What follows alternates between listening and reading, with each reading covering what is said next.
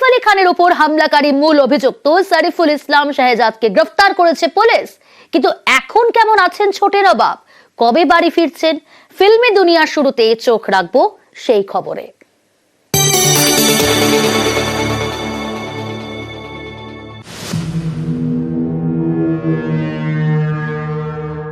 এ সপ্তাহে এক মর্মান্তিক ঘটনার শিকার বলিউড সুপারস্টার তথা পদৌদি ছোটে নবাব সাইফ আলী খান।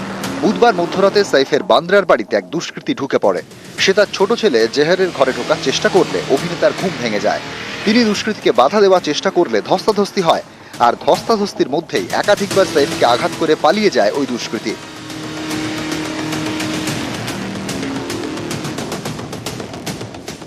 রক্তাক্ত অবস্থায় অভিনেতাকে মুম্বাইয়ের লীলাবতী হাসপাতালে ভর্তি করা হয়।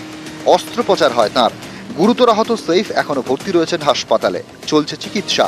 অভিনেতা নিজের হাতেই খাচ্ছেন, অল্প বিস্তর হাঁটাচলা করছেন, তবে মূলত রয়েছেন বেড রেস্টেই। সবকিছু ঠিক থাকলে আগামী 21শে জানুয়ারি অভিনেতাকে হাসপাতাল থেকে ছেড়ে দেওয়া হতে পারে। তবে বাড়িতে থাকলেও তাকে মূলত থাকতে হবে বিশ্রামে।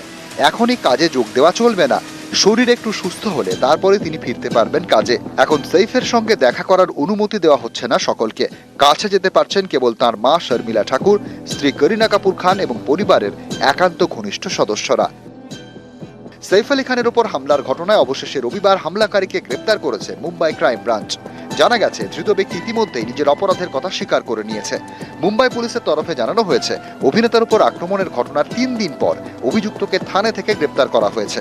অভিযুক্ত প্রথমে তার নাম বিজয় দাস বললেও পরে জানা যায় তার নাম মোহাম্মদ সারিফুল ইসলাম Shahzad.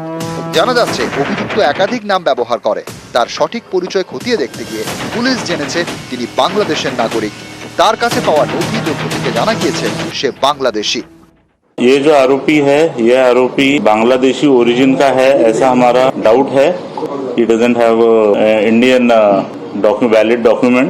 There are some seizures which indicate that he is a Bangladeshi national. এই ঘটনায় এখনো পর্যন্ত 3 জনকে আটক ও গ্রেপ্তার করা হয়েছে। তবে মূল অভিযুক্ত গ্রেপ্তার হলেও আর কারা কারা এই হামলার সঙ্গে জড়িত তা নিয়ে তদন্ত চলছে।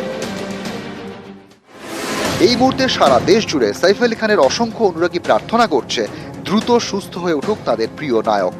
নিউজ 18 বাংলা।